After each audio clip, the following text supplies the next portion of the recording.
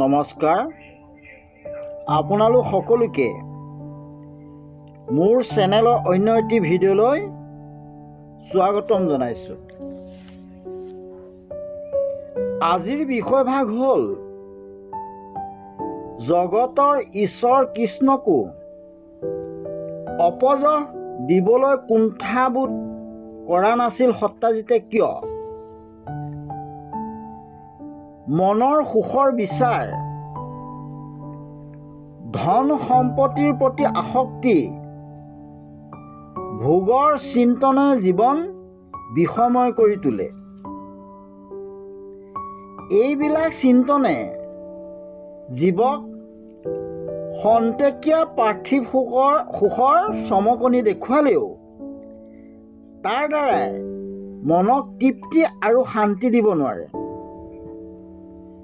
পবিত্ৰ আচাৰ বিচাৰ আৰু ঈশ্বৰ চিন্তনৰ দ্বাৰাহে মনলৈ বৈৰাগ্য ভাৱ আহিব। বৈৰাগ্যৰ অবিহনে মনত শুদ্ধ ভক্তিৰ ভাৱ জাগৃত নহয়।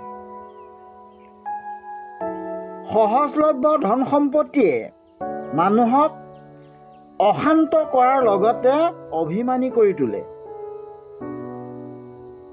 উদাহৰণস্বৰূপে সত্যাজিতে শ্যামন্ত মণিৰ যোগেদি পোৱা সহজলভ্য ধন সম্পত্তিয়ে তেওঁক অন্ধ কৰি পেলালে,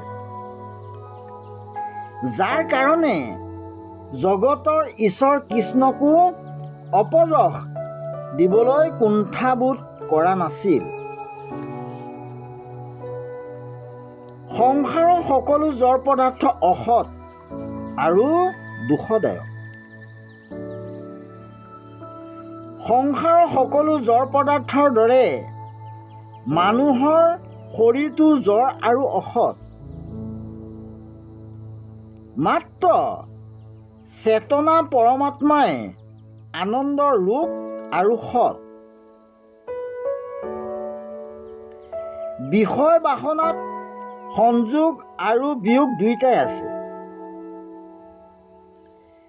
বিষয়ৰ সংযোগে খন্তেকীয়া সুখ দিয়ে, কিন্তু বিয়োগে বহু কষ্ট দিয়ে।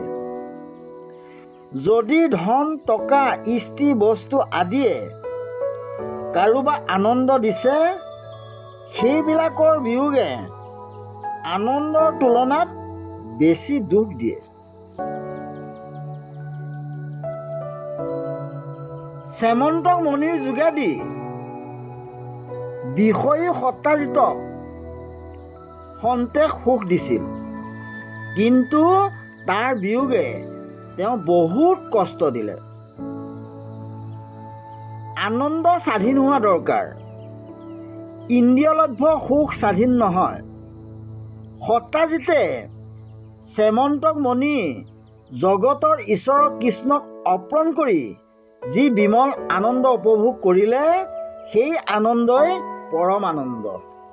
আজি ইমানতেই সামৰণি মাৰিছোঁ।